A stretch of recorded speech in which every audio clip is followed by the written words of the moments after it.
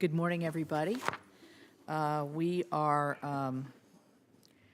need to have all of our Republican members here before we vote, but we do have a chance that we have quorum that we can start, so we'll give our opening statements. And if Senator Whitehouse doesn't mind, as soon as we get to the point where we can vote, we'll go ahead and suspend and vote, and then we can move forward. I know a lot of people have a lot of different committee meetings today. So after the vote, we will be talking about, we will have a hearing on the Superfund, which we're looking forward to.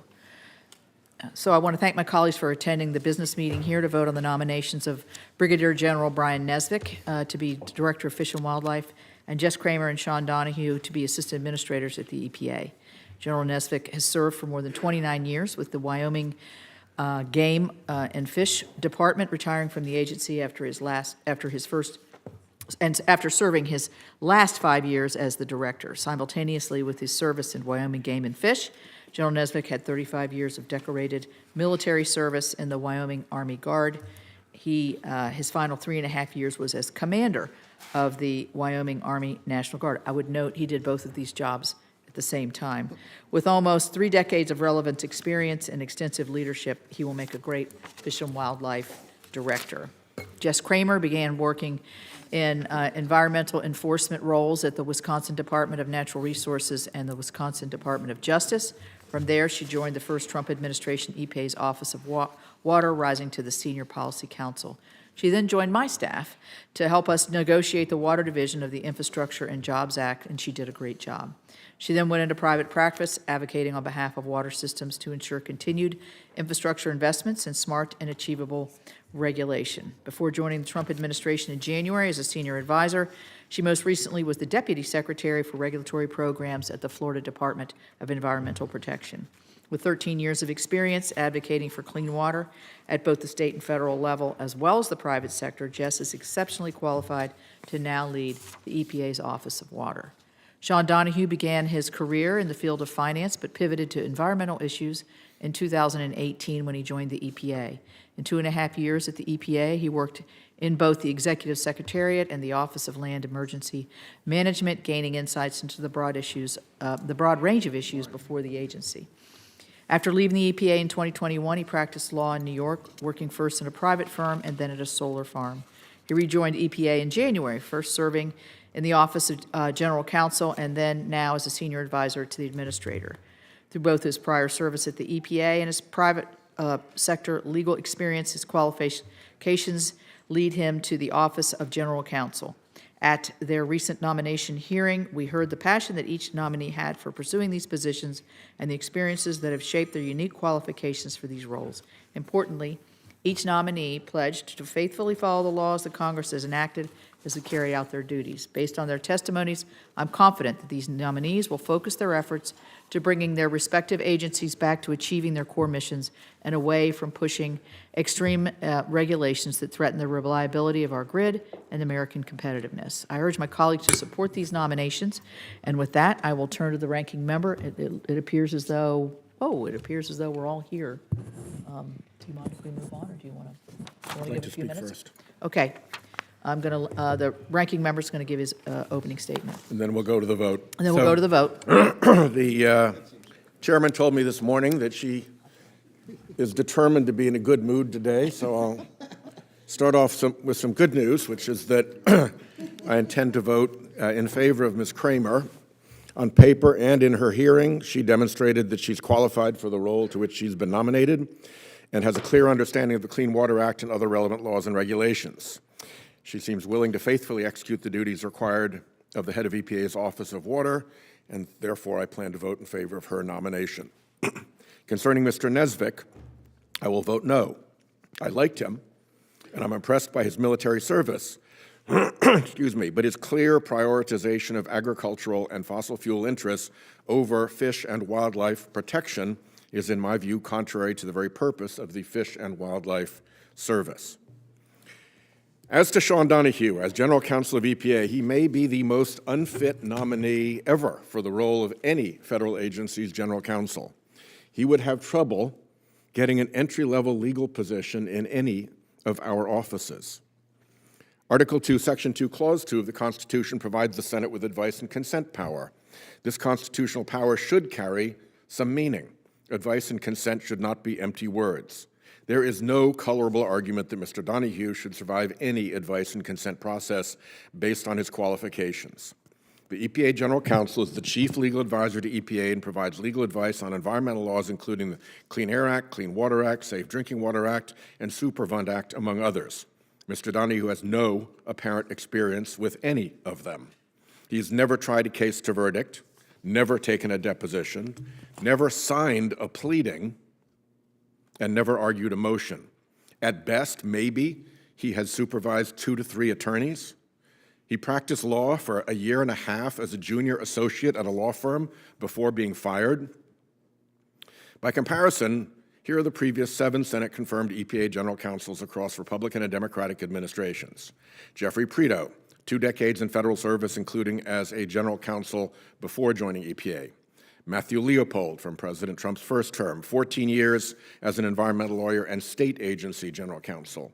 Avi Garbo, 21 years practicing environmental law in the public and private sectors. Scott Fulton, various leadership roles over 22 years at EPA, which followed 8 years at DOJ's Environment and Natural Resources Division.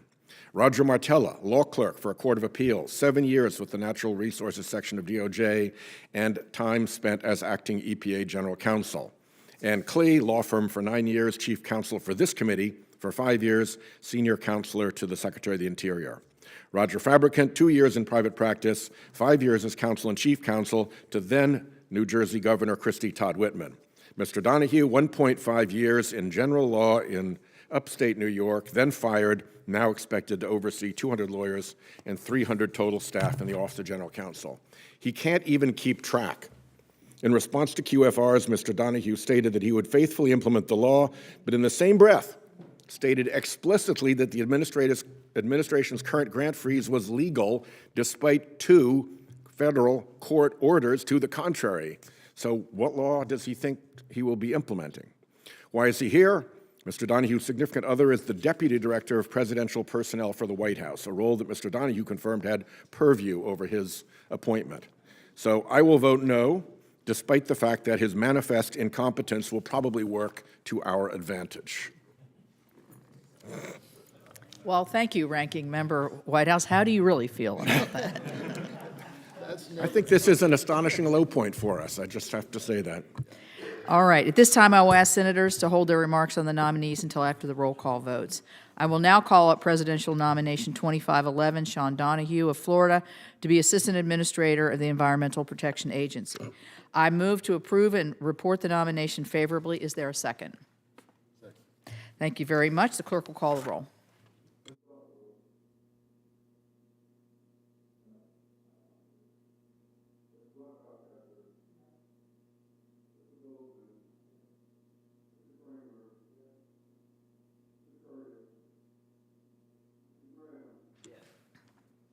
Mr. Houston?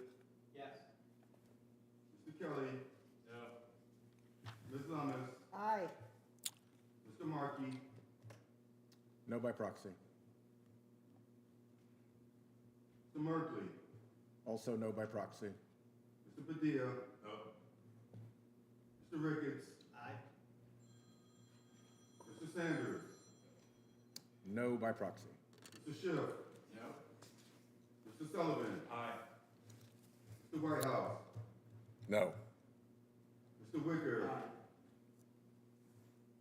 Madam Chairman? Aye. Madam Chairman, yeas are 10 and nays are 9. The clerk reports the yeas and nays, and with that, the nominee is favorably reported. I will now call up presidential nomination 25.28, or -28, Jessica Kramer of Wisconsin, to be an Assistant Administrator of the Environmental Protection Agency. I move to approve and report the nomination favorably. Is there a second? The clerk will call the roll. Ms. Also Brooks? Aye by proxy. Ms. Blunt Rochester? Mr. Bozeman? Yes. Mr. Kramer? Aye. Mr. Curtis? Aye. Mr. Graham? Aye. Mr. Houston? Aye. Mr. Kelly? Aye.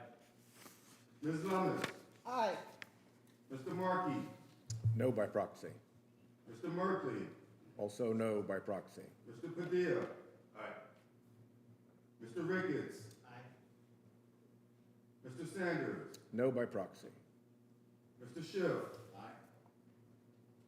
Mr. Sullivan. Aye. Mr. Whitehouse. Aye. Mr. Wicker. Madam Chairman. Aye. The clerk will report the yeas and nays. Madam Chairman, yeas are 15 and nays are 4. With that, the nominee is favorably reported. I will now call up presidential nomination 25-35, Brian Nesvik of Wyoming to be Director of United States Fish and Wildlife Service. I move to approve and report the nomination favorably. Is there a second? Second. Clerk will call the roll. Ms. Also Brooks. No by proxy. Ms. Blunt Rochester. Mr. Bozeman. Yes. Mr. Kramer. Aye. Mr. Curtis. Aye. Mr. Graham. Aye. Mr. Houston. Aye. Mr. Kelly. No.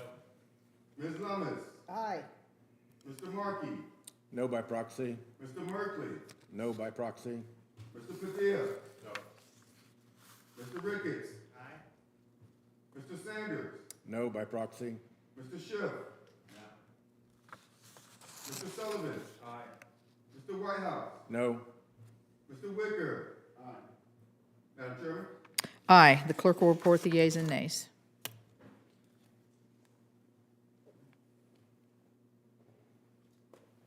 Madam Chairman, yeas are 10 and nays are 9. Thank you. With that, the nominee is favorably reported, and I will note the presence of a quorum. I want to thank all the members for being here this morning, and I don't know if any members would like to speak on the nominees before we go into our hearing. Madam? Yes. Excuse me. Senator from Wyoming. Thank you, Madam Chairman. The U.S. Fish and Wildlife Service has, by all standards, known, and this meets the letter of the law and the intent of the Endangered Species Act, known that the grizzly bear in the greater Yellowstone area has been fully recovered and then some for 20 years. The grizzly bear numbers have met objective. The grizzly bear numbers for ratios between males and females have met numbers. The expansion of the area has occurred. The number of the diverse population necessary to sustain a population has been met. And for 20 years, we've been trying to get the grizzly bear delisted pursuant to the letter of the law of the Endangered Species Act and the intent of the Endangered Species Act. And yet the agency itself has fought it because groups, non-government groups that view the grizzly bear as charismatic megafauna that they can use to raise money for their groups is good contribution bait for them, and they won't let them off the list.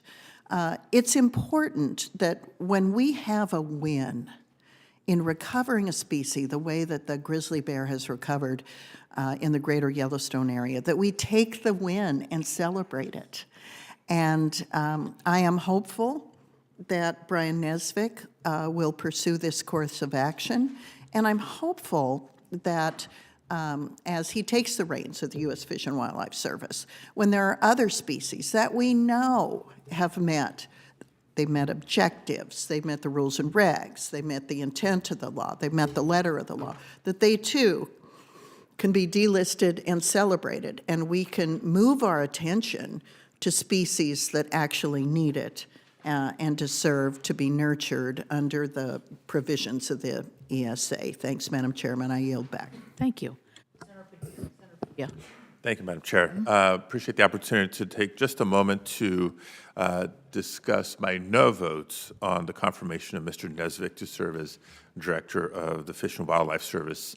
While I genuinely appreciate his candor during his confirmation hearing, and in particular his willingness to roll up his sleeves, work with me on the gritty, complex details that is California water management, and certainly to recognize his willingness to engage with a variety of stakeholders in California.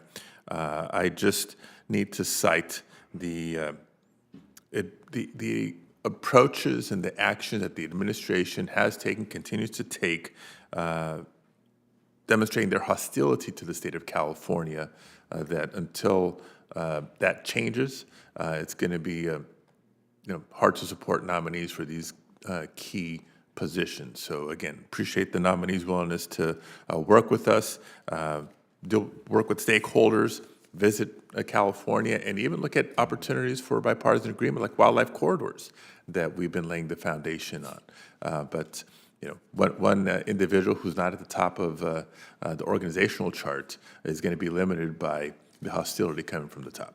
Thank you. Thank you. Does anybody else wish to make comments? Then I would invite our witnesses to come to the stand, please.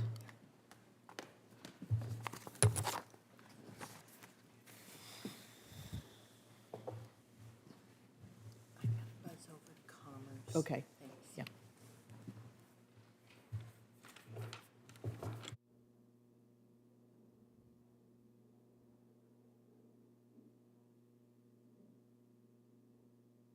Okay, thank you all for being patient with us, and we are starting this hearing. I note that there are several other committees that have votes going on, one of which is one of my committees, which is Commerce. So I'm going to make my open statement and go over there quickly, and Senator Whitehouse has very kindly stepped up to the plate here to move the hearing forward. So, good morning, and I am going to be in a good mood all day, hold me to that. Today, we will discuss challenges facing the EPA Superfund program and solutions to ensure it can live up to its full potential. Since I've become chairman, I've stressed that EPA must refocus the agency's work on the core environmental missions to deliver the cleanups and environmental solutions that most benefit the environment and America's health and welfare. The Superfund program, as enacted, is one of the best examples of the EPA executing that core mission. Cleaning up our nation's most contaminated sites directly improves public health and can revitalize struggling communities. I've certainly seen that in my own state. Congress established Superfund in 1980 in response to several high-profile environmental disasters. The law was designed to promptly clean up heavily contaminated sites and to make the polluters responsible for the cleanup.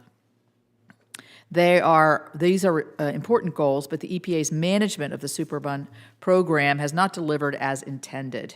Communities now expect a Superfund cleanup to take more than a decade. I've already heard that from our witnesses in our informal conversations. That prolonged timeline sends a conflicting messages to communities with a site nearby. You live near one of the most hazardous places in the country, but EPA will let it sit there for years before they allow it to be fully cleaned up. Despite the lengthy cleanup timeline, the Superfund program has achieved some critical environmental and public health victories and restored thousands of contaminated sites across the country. The reason for delays that rob Superfund of its full potential is that EPA's implementation of the law prioritizes process over results. The complexity of the law has made it one of the most difficult environmental programs to administer. In practice, the main winners in managing Superfund cleanups are the lawyers who profit from endless litigation while communities wait for promised relief. To manage a law this complex, the EPA has built an entangled web of bureaucracy, work groups, task force, and committees that too often slow progress instead of delivering results. Cleaning up Superfund sites is naturally a costly endeavor, but the problems with Superfund cannot be blamed on funding alone.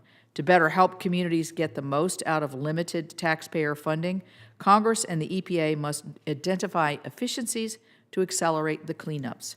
This is particularly important when considering the overall cost of Superfund cleanups. Superfund price tag isn't just about the complexity of environmental cleanup. This is what I call the Superfund premium, a concept where the same environmental cleanup becomes more expensive and time-consuming under Superfund compared to a state-led or a voluntary cleanup program. Whether managed under Superfund authority or through a state program, remediation is likely to involve the same core work: removing contaminated soil, treating groundwater, and restoring the land. Yet, because of the Superfund premium, we often see costs just balloon and timelines stretch once a site is listed.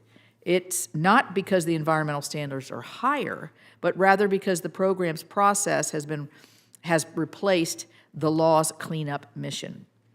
The program's complex bureaucracy generates enormous transaction costs that have nothing to do with actual environmental cleanup. Instead of removing contaminants, limited time and financial resources are squandered on endless meetings, redundant studies, and excessive overhead costs completely unrelated to remediation. There is no shortage of responsible parties that are ready and willing to remediate this site. Even good Samaritans, well-intentioned individuals and organizations, are often deterred from cleaning up sites because of liability risks and financial barriers. Our laws should encourage, not prevent, volunteer efforts to address legacy pollution. Accelerating the pace of Superfund cleanups does not mean cutting corners or sacrificing health protections. It means defining an end goal with a clear plan that gets it to a safe, productive end state as efficiently as possible. The ensuing cleanup is driven by that goal to the benefit of communities and the environment. Right now, the priority is enforcement first, cleanup second, and leaving communities to wait far too long. That needs to change. I look forward to hearing from today's expert panel on how to improve the Superfund's program's efficiency and accountability, and I now recognize Senator Whitehouse for his opening statement. Let me start by thanking Chair Capito for this hearing and our witnesses for appearing. We're here today to talk about improving EPA's Superfund program, which is one of the best tools for holding polluters accountable for contamination at our country's most polluted sites. These sites exist in every state in our nation, and they are complex. Cleanups can be laborious and long to complete. Rhode Island has a long history with this program. Senator John Chafee, former chairman of this committee, authored the Superfund program in 1980. His son and my predecessor, Lincoln Chafee, chaired the Superfund subcommittee and championed bipartisan legislation to support the program, including authorization of the Brownfields program.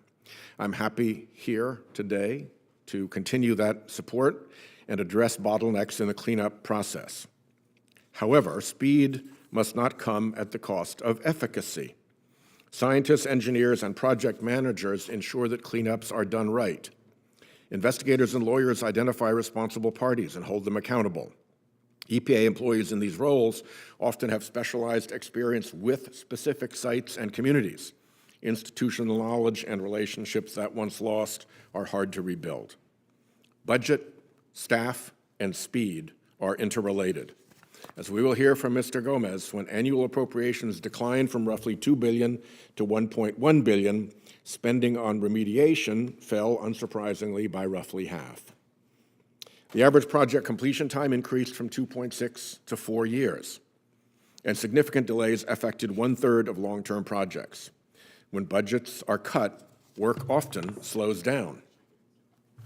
At his confirmation hearing before this committee, Administrator Zeldin appeared before us and committed to following the law. But slashing 65% of EPA's appropriated budget and pushing out agency staff until there is no one left to execute the law violates those promises that Administrator Zeldin made. And it will do immeasurable damage to American families. He said he would defer to the professional scientists at EPA and then turned around and plans to remove EPA's independent scientific research office. Without such expertise, how do we make sure our country's most polluted sites are safe? For Superfund, this mess will delay cleanups and prolong communities' exposure to harmful pollution. Let's be clear, the winners from slashing EPA's budget and staffing and kneecapping the Superfund program are the planet's biggest polluters. They are behind this. Administrator Zeldin sat in this room and said climate change was real and must be addressed with urgency. Now he mockingly refers to the climate change religion and applauds himself for driving a dagger straight into its heart. But climate change will compromise the safety of Superfund sites. According to GAO, 60% of EPA's Superfund sites are located in areas prone to flooding, storm surge, and/or wildfire. EPA has therefore been integrating climate change resilience into its Superfund efforts.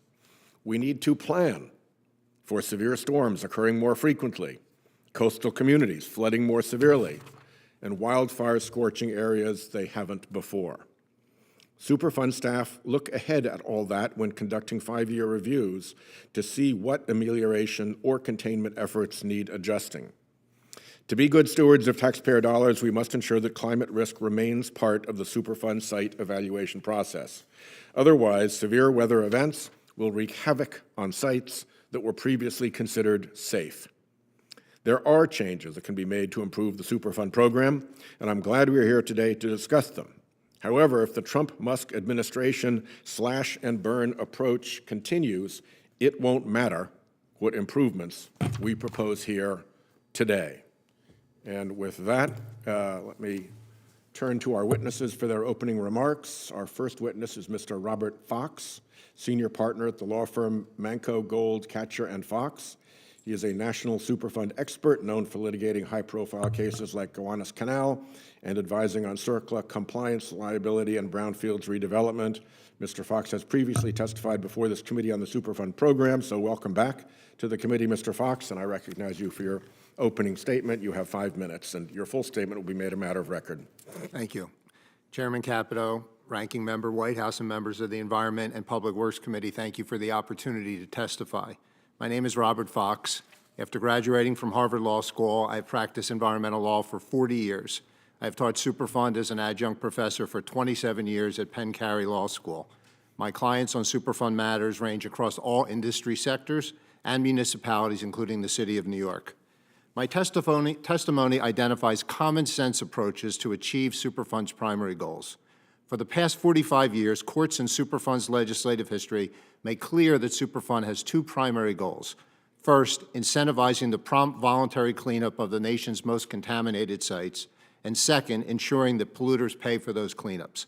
Undoubtedly, there have been significant accomplishments under Superfund.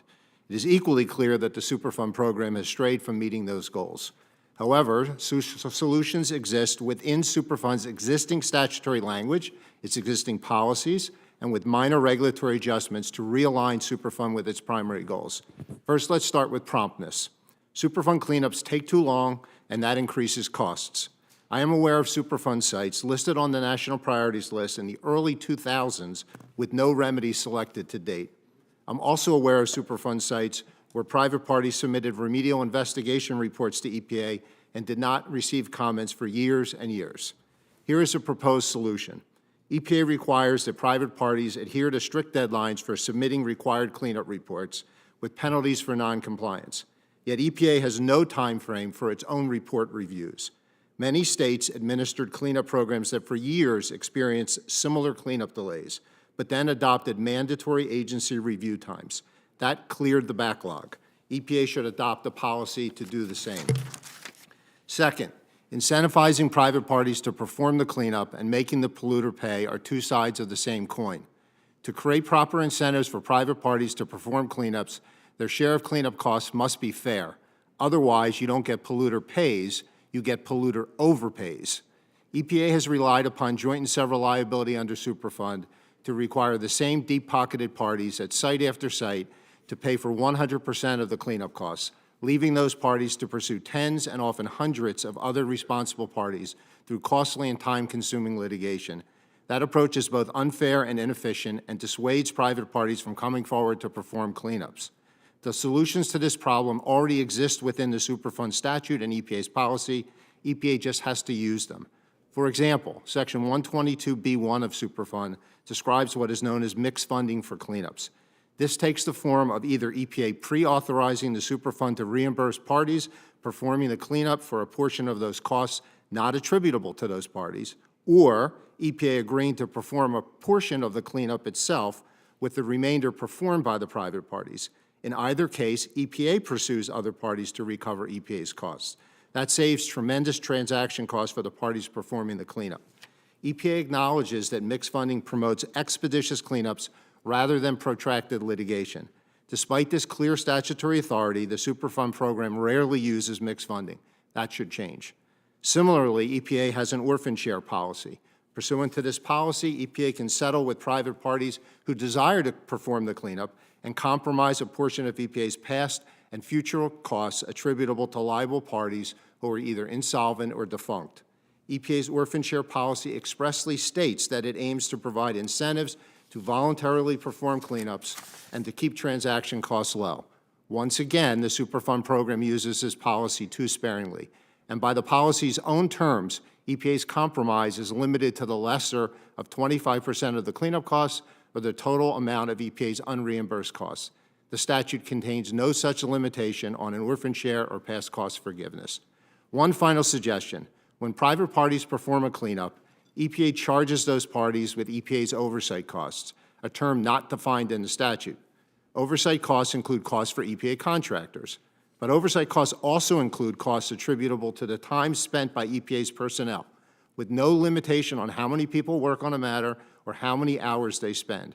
In other words, private parties are required to reimburse EPA for work performed by internal EPA employees on that matter. Then, on top of those direct costs, EPA also pursues reimbursement of indirect and indirect cost premium for its overhead expenses throughout the entire regional office, including rent, utilities, computers, etc. This indirect cost premium can sometimes exceed 100%.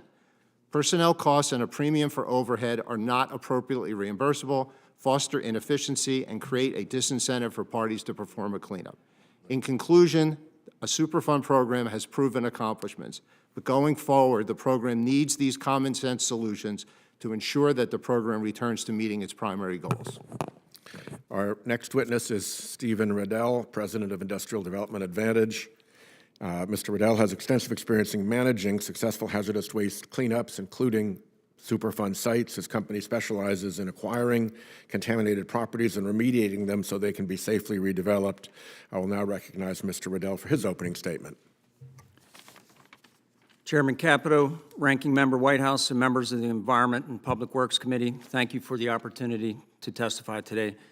My name's Steve Riddell, and by way of background, I graduated from Allegheny College with a degree in environmental studies, and while working earned a Master in Business Administration from the University of Pittsburgh and a law degree from Duquesne University.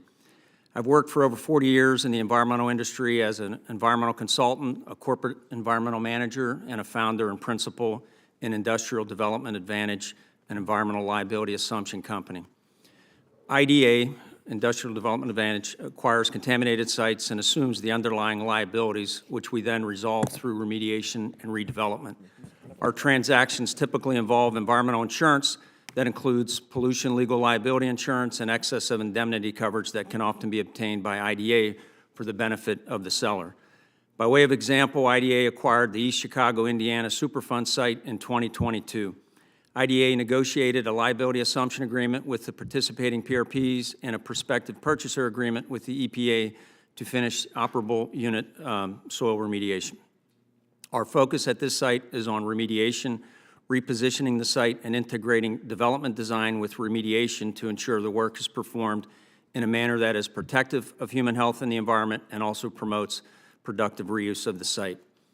East Chicago is a prime example of parties motivated to complete a transaction to accelerate the cleanup process, including the participating PRPs, EPA Region 5, and the state and local governments. I'll note that the EPA Region 5 folks worked very hard to help make this happen. There are a couple of takeaways from this example that reinforce my hope and belief that it is absolutely possible to redevelop a Superfund site quickly, efficiently, and protectively if the right motivations are in place. First, without question, the default process is a Superfund process is cumbersome and prioritizes form and process over the ultimate goal of remediating and returning a contaminated site to productive reuse. When we approach a site, we use the general approach, what is the last chapter in this story, and we work back from that. IDA and our consultants can look at any contaminated site and figure out what the likely remediation approach should be, and we look at it in the context of the end use or best development option for that property, the last chapter. There may be some data gaps to complete a conceptual site model of environmental conditions at the site, but for the most part, we can cost-effectively figure out the best remedial approach once we identify that last chapter or reuse of the site. This can be done without the need to complete a number of reports and plans that are typically required by the CERCLA process. And in short, we can take a site from a streamlined but still comprehensive remedial investigation straight to remedial action without the unnecessary time and expense of feasibility studies or alternatives evaluations that are irrelevant to the final chapter. Our focus is on completing a risk-based cleanup based on the planned development by identifying potential exposure pathways and making sure they are eliminated as part of the remediation while site while also integrating development considerations into the overall remedial design. This significantly reduces the timeline to redevelopment. Second, the basic tools needed to make the circle process more efficient are already being used widely in other parts of the environmental industry. For example, voluntary cleanup programs that encourage the cleanup and reuse of sites with prospective purchaser agreements, covenants not to sue, and appropriate institutional controls are already in place. Third, private parties like IDA can be incentivized to bid on and acquire contaminated sites for the expected costs of remediation, with assurances like the tools mentioned a moment ago to ensure that we do not inadvertently become PRPs, while at the same time holding us to our commitment to complete the remediation on schedule and on budget. And these deals also include environmental insurance, which is a motivation for PRPs as well, or can be. Fourth, implementing our approach to timely and efficient cleanups can be facilitated and accelerated by empowering more state-led circle cleanups that place incentives on more of a voluntary program risk-based approach that gets to the final chapter efficiently, and by encouraging EPA to provide comfort letters and ready-for-use determinations on the front end of cleanups subject to approved remedy implementation. We note that states already have authority to lead Superfund cleanups through cooperative agreements, but in our view or experience, few states have done so because they lack clear direction from EPA. Fifth, Superfund liens present difficult challenges for the Superfund cleanups, especially environmental liability transfer deals. These liens basically discourage innocent parties from stepping in to facilitate cleanup. EPA already has the tools to address this challenge by negotiating the release or settlement of liens in exchange for completion of an agreed-upon cleanup plan. Lien waivers do not affect EPA's ability to go after responsible parties separately, but do help clear up title for remediation and redevelopment, and that's an excellent tool that can be used. Finally, making the delisting process more efficient can help achieve the last chapter more quickly and efficiently. A prolonged delisting can delay investment and development, and presently there are only 2 times a year when parties can request a delisting, and the process is extremely burdensome, and we view this as an opportunity for reform. In summary, in my opinion, the Circle program can be improved to incentivize the cleanup and redevelopment of sites, avoiding unnecessary transaction costs and costly remediation approaches. This will allow Superfund dollars to be used on more sites, and it will significantly reduce the time frame to clean up a site and make it available for development, shortening the timeline by years. Communities with these black hole sites are significantly and negatively impacted by the prolonged lack of progress, which often has a negative ripple effect throughout the community. This is a real negative opportunity cost in these communities. A clear path to success requires a last chapter focused risk-based cleanup design to address the underlying contamination and restore sites to their post-remediation condition and use. This will speed up the time to get these sites back into productive use and reduce the transactional costs associated with the traditional Superfund process. Thank you. Thank you, Mr. Riddell. And our final witness this morning is J. Alfredo Gomez, Director in the Natural Resources and Environment Team at the U.S. Government Accountability Office, GAO. Mr. Gomez leads the GAO's work on environmental protection, including hazardous waste cleanups, toxic chemicals, and agency management. Welcome. I will now recognize Mr. Gomez for your opening statement. Chairman Capito, Ranking Member Whitehouse, and members of the committee, good morning. And thank you for the opportunity to discuss GAO's past work on the Superfund program. The Environmental Protection Agency administers the Superfund program to clean up sites contaminated by hazardous substances. Some of the nation's most seriously contaminated sites are listed on the National Priorities List. Superfund sites can include mining sites, landfills, and former manufacturing sites. And as has been noted already, cleanups of these sites are often expensive and lengthy. My statement today is based on several issued reports as well as on updated appropriations data. Specifically, my statement discusses trends in Superfund program appropriations, numbers of NPL sites and reasons for changes, and factors identified as affecting the timeliness of NPL site cleanups. Appropriations for the Superfund program have generally declined since fiscal year 1999. In 1999, the program received about $2.6 billion. In fiscal year 2024, it received $537 million. Since the Infrastructure Investment and Jobs Act and the Inflation Reduction Act recently reinstated some Superfund taxes, an additional $1.44 billion was also made available to the program in FY 2024. The Superfund program also received supplemental appropriations in some years. For example, in 2009, the Recovery Act provided $600 million, and the IIJA provided an additional $3.5 billion in fiscal year 2022. Regarding full-time equivalents, the Superfund program had 2,585 employees in 2023, a decrease of 274 positions over the prior 10 years. Regarding the number of NPL sites, as of March of this year, there were 1,340 active sites, 459 sites that had been deleted from the list.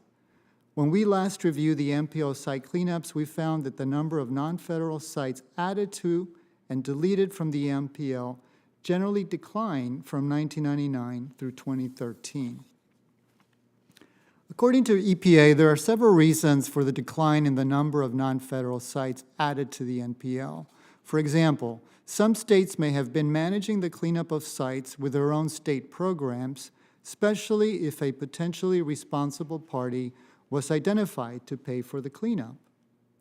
The decline in the number of non-federal sites deleted from the NPL was because of the decline in annual appropriations and the fact that sites remaining on the NPL were more complex and took more time and money to clean up. From our prior work, we've identified many factors that can affect EPA's ability to clean up NPL sites in a timely manner.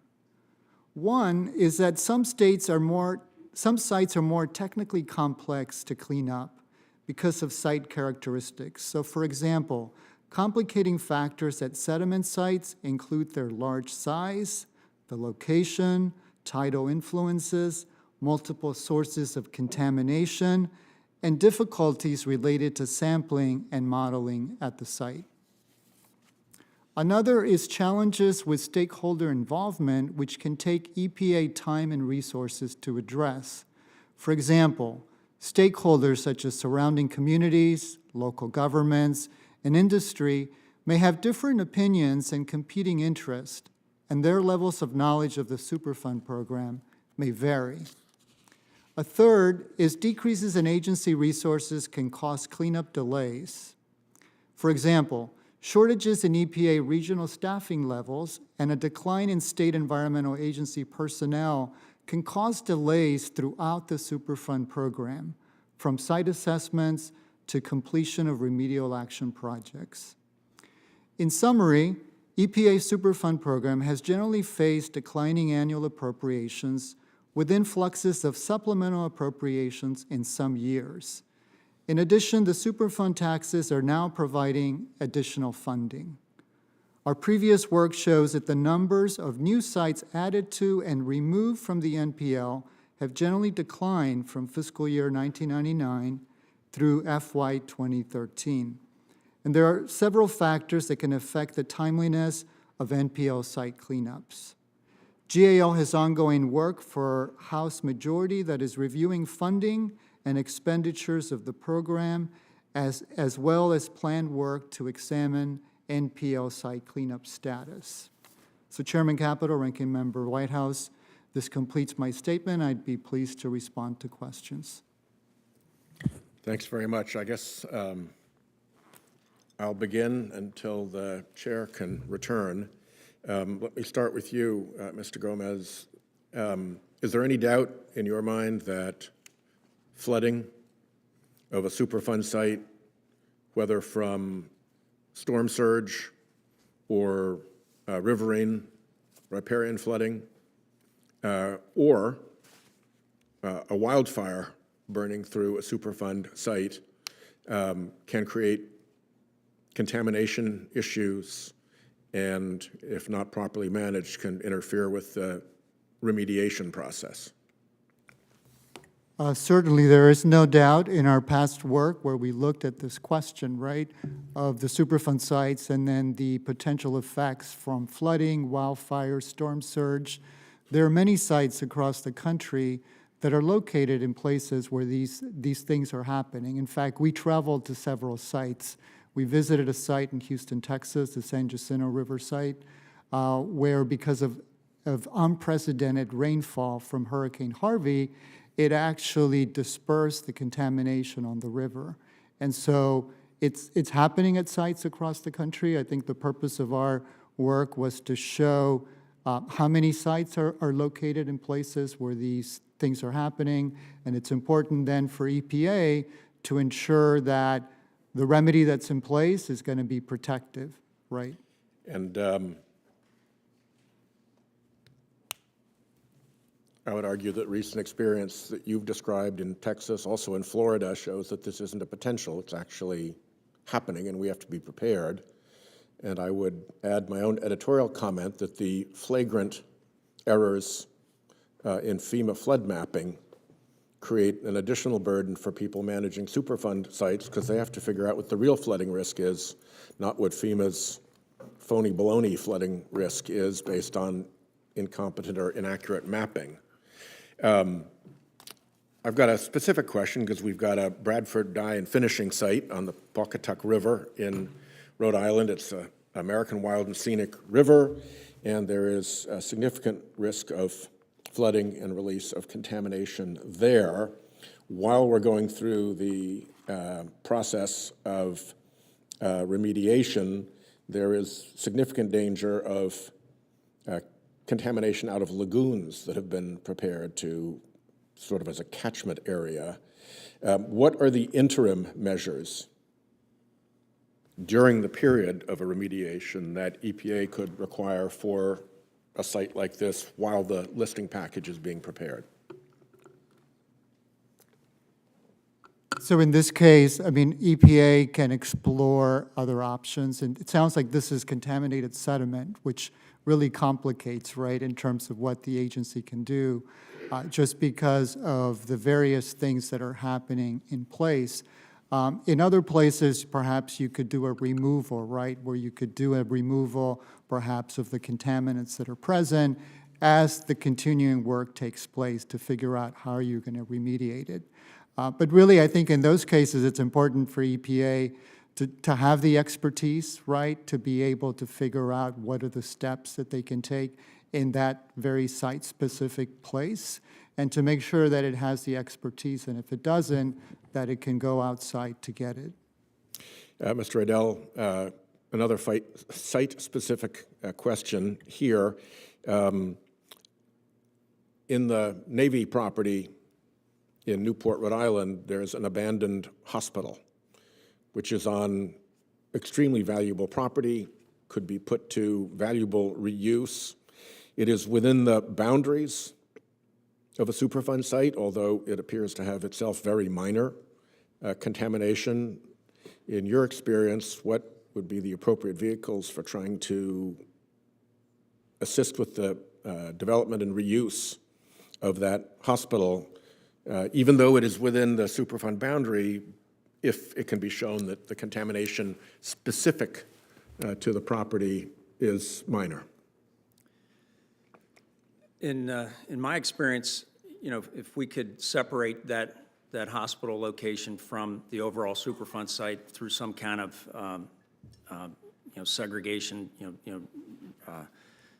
modifying the parcel lots, I think that a competitive bid process for folks to come in and evaluate it would I think the market would take care of that one. I mean, my suspicion would be there's probably asbestos, ACM contamination in the building. In the building itself, yeah. And that could be pretty significant. So, I think an RFP for folks to come in and look, first asbestos evaluation, and then bring folks in to look at it and kind of get a sense for who would put an investment in to take on that risk would be worthwhile, because I could see that being a motivating factor for folks to get involved and clean that up. Waterfront property, no less. Exactly. Madam Chair. EPA does have a policy called redefinition of Superfund sites, where you can go through a process and redefine the site boundaries and segregate that property. I'm going to go to Senator Husted from Ohio, since I'm just getting back into the committee. Thank you, Chairwoman Capito. Welcome. Thanks for joining us today. Ohio is a state that has traditionally been part of our nation's manufacturing heritage and over time has had the legacy of some of the challenges of those industrial sites. We have had 38 Superfund sites, 31 of them have been addressed, but we have some that have been pending since 1993, one that's been pending since 1993. Many of these that have been pending over 15 years or over major aquifers, which citizens in our communities get their water. And whether it be a storm or a hurricane or just the constant fact that we get rain a lot and there's drainage and there's all kinds of things that happen to these sites over time and how it can affect people's quality of life, health. What can we do to speed this up? I'm interested in learning from all of you today, what action can we take? What action can the government take? What action can states take? And I want your best thoughts on how these a state like Ohio can do a better job on cleaning up these last 7 that are hanging out there. We'll start with you, Mr. Fox. Sure. First of all, I've worked on the Painesville Superfund site, so I'm aware of what's going on in Ohio. I really think that the Superfund remedy selection process is completely broken, and I'll tell you why. I've done work under Superfund cleanups, RCRA cleanups, state voluntary cleanups, and there's really 3 issues. It really goes to what Mr. Riddell said. It's who's exposed, meaning who are the receptors, what contaminants are they exposed to, and how do we cut off those exposure pathways? Those are the 3 things. We've gotten bogged down in making the perfect the enemy of the good. And the good is for the remedy to be protective. It's always that, to make the remedy protective. But the process is so burdensome and cumbersome and takes so long and is so costly that we don't serve the cleanup Is that a promptly. law or a regulator problem? That is the way that the National Contingency Plan, which is the process for selecting the remedy, is actually implemented. It's not the law, it's the way it's being implemented. And we can't have these be a science project. We want them to be technically sound. That's everybody's goal. But you can't have a process where you don't get a remedy selected, as you said, for 20 years. And so that has to change. Also, just to give you one example of this, I mentioned I worked at the Gowanus Canal. When a remedy was selected and they looked at the cost of implementing 2 CSO tanks, they thought that the remedy for that was going to cost $77 million for the city of New York. The current estimate for that is over $2 billion. And so that has to change too. A realistic cost of what the remedy is to achieve the cleanup goals has to be incorporated into this process. And Mr. Riddell? Well, I think Robert hit the key points. We've talked about them in our summaries, but I would say, you know, not knowing anything about these 7 sites, but the fact that they've been looked at and in the Superfund process for 20-plus years, my recommendation would be bring in a new team and audit all 7 and just see where they're at and how we can get to the, I'll use a football analogy now, how we can get to the end zone. There's got to be so much data on these sites that you can almost, you know, come up with, you know, what's the hurdles here, what are we waiting on? And I think sometimes there's issues on the community side where maybe there's hesitancy to move things forward, but the flip side of that is the community's been waiting for 20-plus years for something to happen, so that's why they're upset, and who can blame them? So I think a fresh set of eyes to look and audit these projects and hopefully could clear the way that, you know, this isn't a 30-year project, as Rob said. You know, there's a, you know, let's get to the end chapter, let's get to that end zone, and let's look at it. And my inclination would be that there's so much data out there that if there is some data gaps, or if there are data gaps that have to be completed, they're minor, and there's things that should be able to be done in relatively short order, just in my opinion, just because of the fact that these sites have been, you know, ping-ponged around for 30-some years. So Gomez, I think a new set of eyes would help audit that process. So Senator, I would say because it's at the EPA regions where the work is taking place, so that you want to make sure that for Ohio, in Region 5 that they have the people they need to do the work. So I do agree that the remedy selection process takes a long time. It takes a long time sometimes to list sites on the NPL, but then also to get them cleaned up. But you want to make sure that you've got the staff, the regional staff who are doing the work, like the remedial project manager, for example, for each of those sites.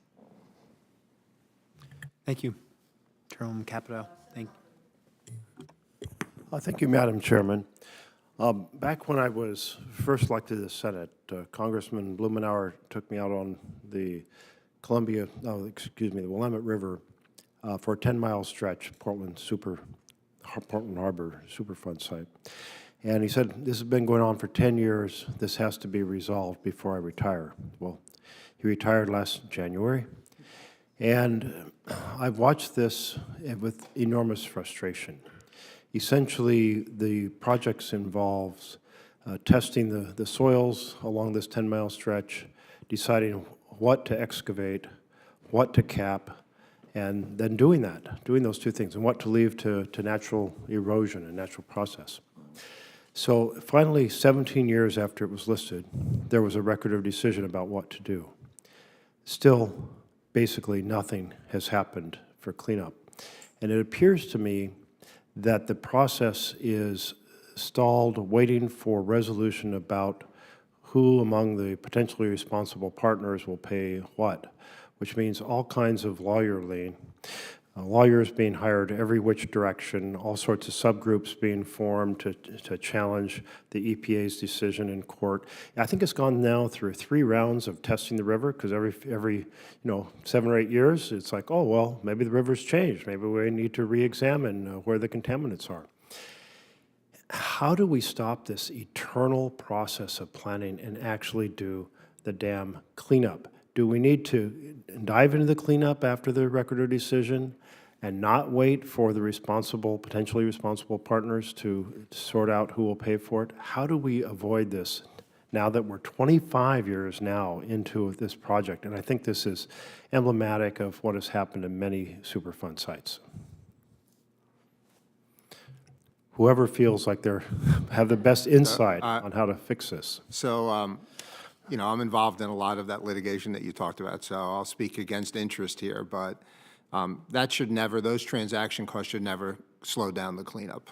EPA has many tools. I mentioned a couple, but they have other enforcement tools to bring the parties forward to do the work. They have to create the incentives for those parties to do it, so that you can't go to the same companies, deep-pocketed companies, every time and say you have to pay 100% of the costs, and you figure out how to sue the other 100 parties and spend 10 years in litigation doing that. That is inefficient. And so I agree with you. I know the Portland Harbor site.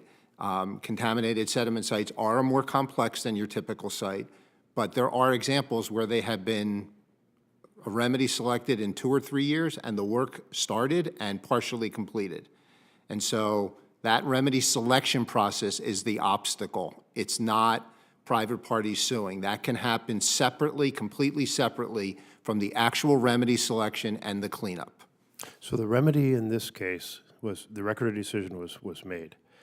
Should the federal government be paying for the work until the potentially responsible partners sort out who pays for it? There's many options that they have. One is they could do the work themselves and seek to recover it later. 2, they could have the private parties come forward and do that, but in order to incentivize the private parties to do that, those private parties want to know that they're not going to be in years and years of litigation to recover. And if there's 100 parties at the site and the federal government says, you 4 do it, and then spend the rest of your time going against those other 96, that is inefficient. Okay, well, it's massively complex, and I've watched as personnel have changed in terms of trying to drive the process forward. I think there's probably several dozen very well-intentioned employees of EPA who have burned out over the process of trying to drive this forward in the context of the lawsuits and resistance and re-examining. I would like to see the work done and get on with other challenges as opposed to spending endless years and endless amounts of money planning, replanning, trying to figure this out. And if it requires major changes in how the law is designed, I want to understand those and see if we can make this process work more effectively. I am extremely concerned now about the cuts to EPA's staff and how that may reverberate in terms of people continuing to drive the process forward. My whole impression has been that the potentially responsible parties understand every strategy for delay and are intent on pursuing those because they don't want to pay out, and this is going to be $1 billion cleanup. They don't want to pay for $1 billion cleanup, and so they've been very effective at working that angle, and having EPA competent staff are essential to keep the project moving forward. I'm afraid with reductions in those staff, we may see the problem just get worse. Thank you. I would like to, we're hearing a lot about what is driving the costs. I talked about the Superfund premium. I think from the testimony, we may not have the same name for it, but it's falling under the same umbrella of what I was talking about. Let me just kind of dig deeper on this remediation plan holdup, Mr. Fox, that you've talked about. Is it a matter of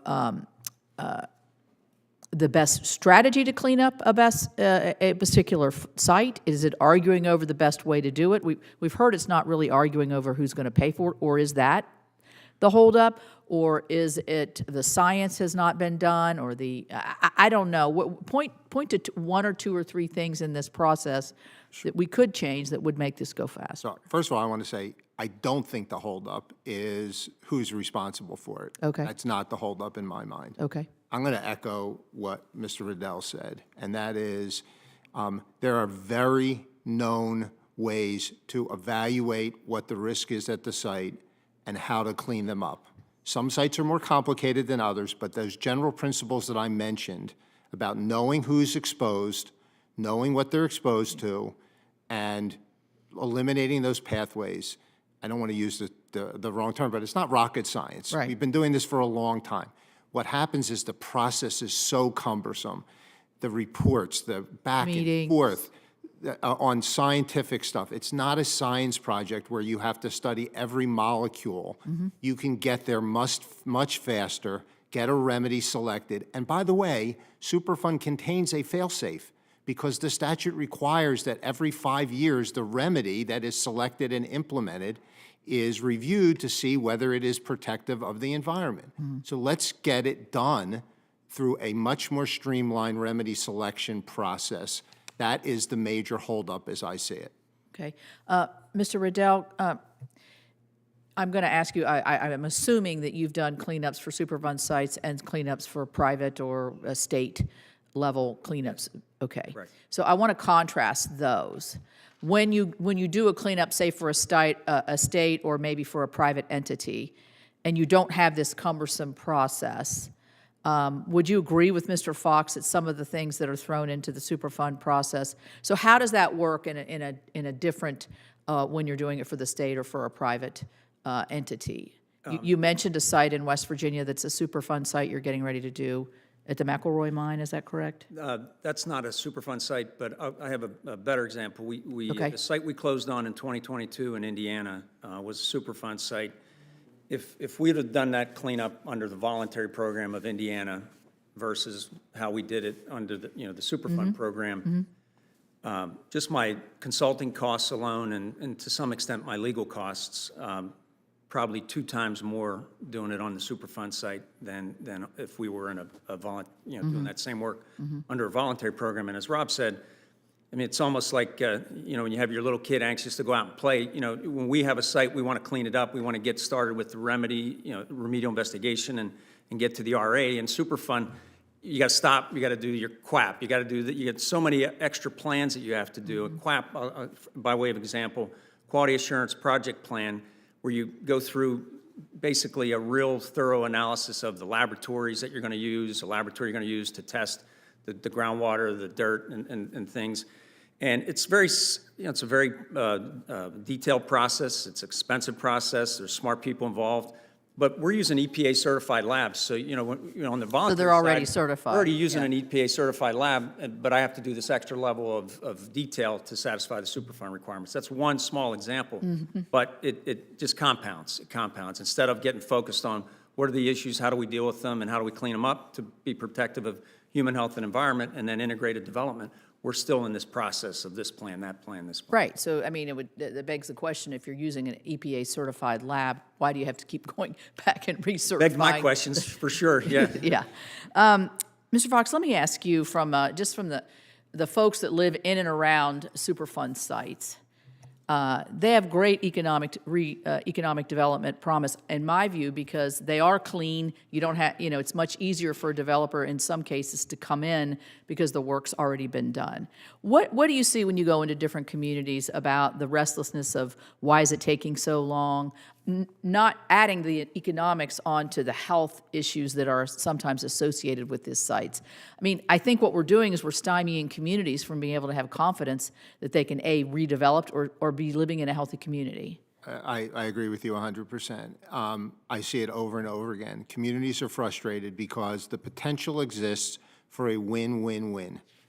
Redevelopment of the site, protective of their human health and the environment, and the longer it goes on, they become distrustful. Right. They become distrustful of EPA, they become distrustful of the private parties who are doing the work, and it feeds upon itself. Speeding up the process will get this back to productive use and eliminate the exposure of these communities, and they will eliminate that distrust. Right, thank you.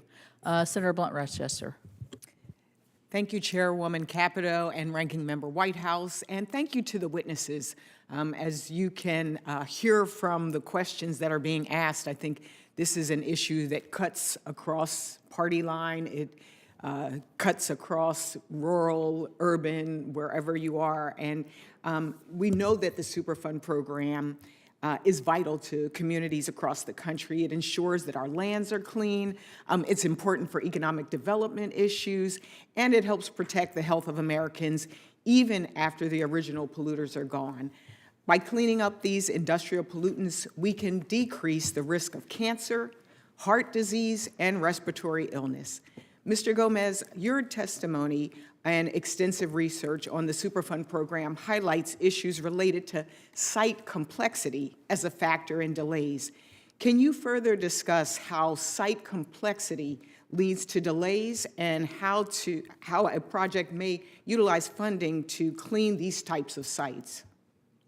Sure. So, we've also been talking about the sediment sites. I think everyone's had examples. Senator Merkley talked about one in his state. And those sediment sites, right, where the sediment is contaminated, it could be miles of contamination along a river. And so those are areas that, take a lot of work and resources for EPA to sort of figure out the contamination, where it's spreading. There are other site characteristics also that can be complicated in terms of tidal movements. And so figuring out in those cases, like where the contamination is it migrating, how to contain it, how to treat it, that requires a lot of time and resources. And those are the biggest sites. They take over a decade to work on. I think Senator Merkley talked about over 20 years in his case. And I know that in your state, there are some as well that are sediment sites. There's a lot of knowledge and information already on treating and dealing with sediment sites, even though each Superfund site is different, right? But there's a lot of knowledge and expertise already there that the agency needs to make sure that it's using as it moves forward. Yeah, I would say, we know that this takes reliable and robust funding to really deal with the cleanup of these contaminants, and it's why the bipartisan infrastructure law was so important. Someone mentioned the IRA as well, and in Delaware, we have Standard Chlorine, a site that's known as an orphan site because the original polluter has since gone bankrupt. So again, back to how that impacts communities. This has left the site in the hands of the state and EPA to clean up and protect the community's health and safety. Mr. Gomez, the Standard Chlorine site is a complex site. What factors should be considered before a cleanup takes place, or is completed? And so this is this is one of the orphan sites you were talking about as well? Yes. Yeah, right. So, right, the orphan sites is an area that EPA has to figure out, if it tries to find a responsible party. Otherwise, it has to do it itself, right, and then try to recoup those funds. And that is where appropriations do come into play, right, because you want to make sure that funding is available to start new projects in that case, because EPA historically focuses appropriations on ongoing remedial action. So what we've learned from our work is in the past, EPA doesn't start new remedial actions because it doesn't have the funds to it, because it's prioritizing the funds that it has to continue the cleanup on those that are already taking place, because it's less expensive to just continue that, whereas if you stop them, you've got to remobilize all of the equipment that you're working on. So yes, for orphan sites, that is a challenge, but when there have been supplemental appropriations, the agency has been able to focus on those. You'd mentioned the Infrastructure Act that allowed EPA, in fact, I think their latest report to Congress from last year, over 100 sites were able to start remedial actions, and so they've been using those funds for that purpose. And I know we can all speak to the health aspects of this, but could you speak specifically to it for complex site? For example, does the EPA need to consider contamination migration? Can you talk a little bit about that as well? Sure, right. So for these sites, there's a lot of sampling that has to take place and modeling, and the sampling is sort of getting at what you're talking about, figuring out, first trying to characterize what the contaminants at the site are, if they're migrating, where they're going.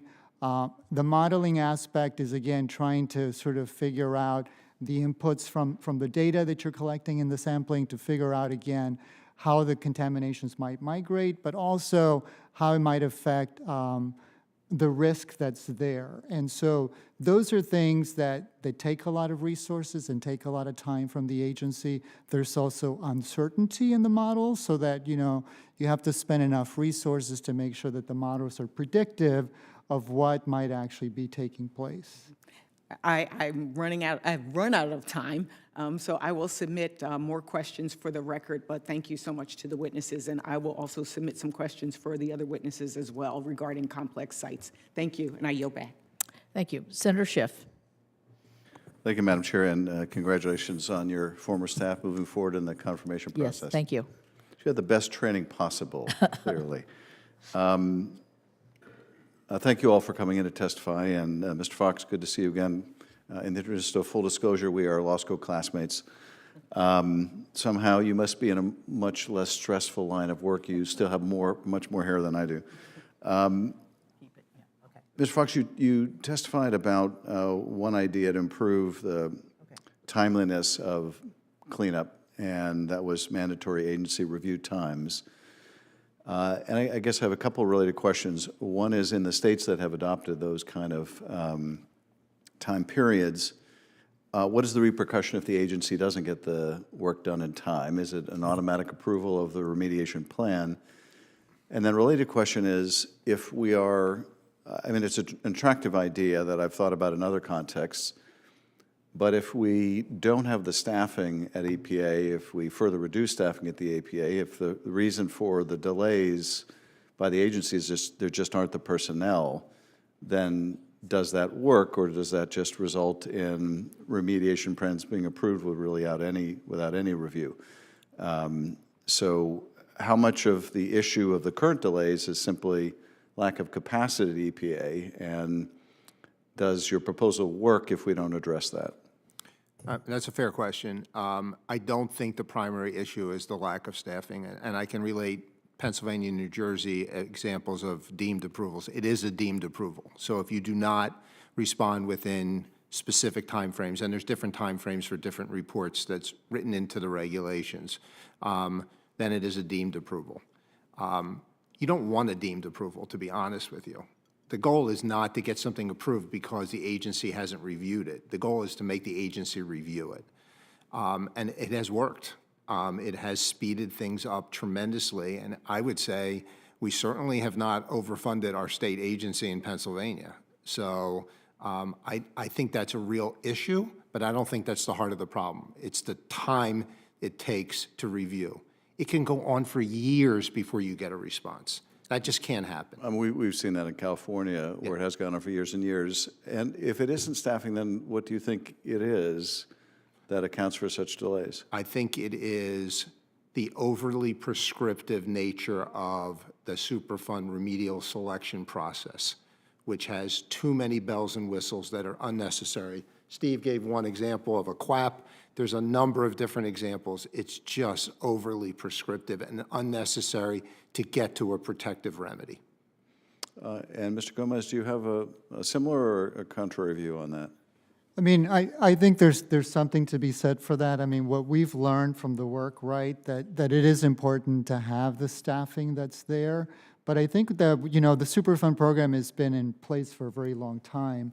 So I think there is an opportunity, right, especially as Congress is considering changes, to look at the process and perhaps look to see where most of the time is spent. And we have some new work that we're starting where we're going to be looking at the funding and then some planned work to just look at the overall Superfund process. So in those places, perhaps, where there are the longest times, you know, try to figure out why and what can be done to change it.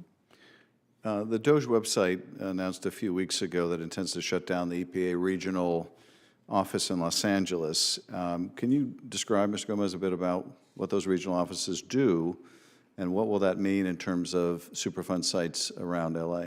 Sure. So, I mean, in the Superfund program, the work takes place at the regional offices, right? So you have to, if you're going to make changes, any kind of changes, you have to keep in mind how those regional resources might be affected, right? Because those are the folks that are doing the work. So, yes, so I think we're also, in our work, waiting to see if there are going to be any proposed changes, what that may mean for how the program is carried out. So if that office closes, then they would just have to deploy EPA personnel from farther away? Is that? I mean, I think that's one of the comments that's out there, is that people might be given additional responsibilities, and so how that may affect their work is yet to be seen, if that takes place. Yeah. Because we, you know, among others, you're probably familiar with the Stringfellow acid pits in Riverside County that was added to the national priority list, and apparently it has been on that list year after year after year. Appreciate your testimony and the suggestions that you've made, and thank you, Madam Chair, for holding the hearing. We'll follow up with some additional questions for the record. Thank you. I believe Senator Kelly is on his way, so we'll wait just a few minutes, and while we wait, I wanted to ask an additional question. On the train derailment in Ohio several years ago, we had testimony in this committee about EPA's role. We also heard, again, delays in cleaning it up. And part of the problem, from my understanding, was that certain states decided, even though they had certified, probably EPA-certified toxic folks that could take the toxic material into their businesses, that's their business, that certain states said, we don't want that in our state. I believe Michigan, if I'm recalling correctly, was one of the states that said this. Have you run into this type of issue as you're remediating in either one of either you, Mr. Fox, or Mr. Riddell, where you've had a refusal to accept toxic materials that you're taking? I'm assuming you do this, take it to a EPA certified site. Is this an issue? My experience is I've not run into that. If we're going to an off-site location, in whatever state it is, that location is permitted to accept those hazardous wastes, and they have a permitted facility that's either a landfill, an incinerator, or whatever it might be. And so, you know, they have the permit, you have the right DOT permits, and you have the right transporter. I have not seen an instance in my experience where anything's been denied because we're using all the proper protocol. Right, that's what I thought. What about Mr. Fox? Do you recall that? There's two issues. One is there's a limited number of hazardous waste disposal sites, so you don't have this great selection. I suspect that a lot of that was community opposition, more. It was. Yeah, that was, we don't want that. The facility is properly permitted to accept it. Right. But the community says, I don't want that waste. You're taking it off of there and putting it into my community. I'm assuming that that was probably what was behind it. Yeah, and then it kind of blows up into a Political issue a political as opposed to a regulatory issue. yeah, I mean, I just hope, these are professionals that are going to the letter of the law to be able to dispose of this and actually creating a business model that can help you and help all these other sites. It was rather, I think, kind of shocking, not just to me, but to them, that this was going on, when these sites had been there forever, the cleanup sites. But I mean, trust anyway. me, to get a RCRA permit for a hazardous waste disposal facility is a rigorous process. Right, my understanding as well. All right, Senator Kelly. Thank you, Madam Chair. Mr. Gomez, good morning. I want to ask you for your perspectives about a group of Superfund sites, the more than 500 abandoned uranium mines on the Navajo Nation. I've discussed these frequently before this committee. I want to get your perspective on how we address this issue. First off, as you may know, the Navajo Nation is spread across 3 states, actually 4 now with a little purchase in Colorado. The majority of the nation, it's in Arizona. It's about the size of West Virginia, the Navajo Nation in Arizona, but it stretches into both Utah and New Mexico, as well as, and there are abandoned mines in all 3 states, 500, more than 500 of them. And as you may also know, those 3 states are all served by different EPA regional offices. Arizona's Region 9, Utah's 8, New Mexico's Region 6. And while Region 9 is the lead office for all issues on the Navajo Nation, we've run into issues because of this split jurisdiction. For example, mines just off of tribal land are coordinated through other regional offices. And often it's other EPA regional offices in New Mexico or Utah that have relationships with hazardous waste landfills and contractors and responsible parties to carry out this mine cleanup. Mr. Gomez, are you aware of other similar instances where a group of Superfund sites stretch across EPA regions?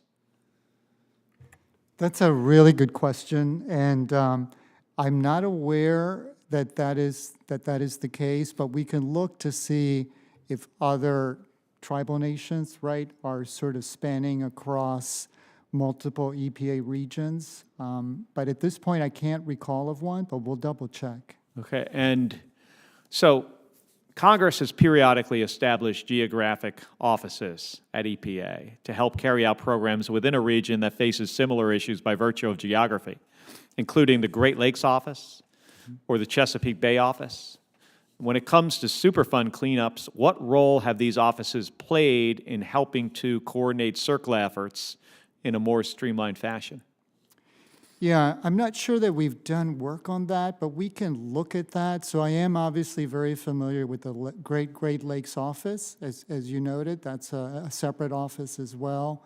And we can look to see, to the extent that they've worked with the EPA Region 5, in this case, for the Midwest, to see whether they go back and forth and share information. That's a good question. Yeah, I think my sense is that they probably do. Okay. Another challenge that has been faced in cleaning up the Navajo Nation mines is that the remedial actions identified for mine sites are extremely costly and it's technically challenging. In many instances, the preferred solution would require digging up hazardous waste rock and transporting it hundreds of miles to a waste repository. And this seems like a classic case of needing to find a new and different technological solution to address this kind of cleanup. So, Mr. Gomez, what tools and authorities exist within the Superfund program to help accelerate research and development efforts to find new and more efficient and more cost-effective site cleanup methods? Sure. I mean, so currently the Office of Research and Development at EPA is the one that does a lot of that research that the Superfund program relies on, for example, on toxicity studies, on research on new technologies to make sure that the remedies are working as intended. So there are those opportunities there that are currently taking place and go back and forth. And you are right that mining sites are the sites that are very costly. So in our past work, when we've looked at the cost to remediate sites, mining sites are pretty high because of the things that you talked about in terms of having to dig it out, transporting the waste, removing it off-site, then treating it. So those are challenges for EPA. Well, it's good that you, at EPA has research and development efforts underway to solve challenging problems like this. I'll note that a lot of the West faces very similar issues to what we're seeing on the Navajo Nation. And I think the entire region could benefit from the expertise of a geographic office, like the Great Lakes office. So that's why Senator Lummis and I introduced legislation called the Legacy Mine Cleanup Act, which would authorize an Office of Mountains, Deserts, and Plains at EPA to address issues unique to the western United States. So, Madam Chair, I know we've had a good conversation with your staff, and I hope to find a path forward for this legislation through the committee process here in coming weeks. Take a look at it. Thanks. Thank you. So I think Senator Whitehouse has a final question. If you don't mind, Chairman, thank you very much. This is for Mr. Fox. You've obviously had a lot of experience in this space, and there's a phenomenon that I think is real that I'd like you to react to, which is that when there's a focus on a particular Superfund site, and there is a particular potentially responsible party who has the deep pockets to do the necessary funding to clean up the site, and they become kind of a primary actor in that Superfund cleanup, they can have motives of their own. They can wish for control over how the remediation is done and argue, hey, I'm going to end up paying for this. I'm entitled to a voice in how it gets done.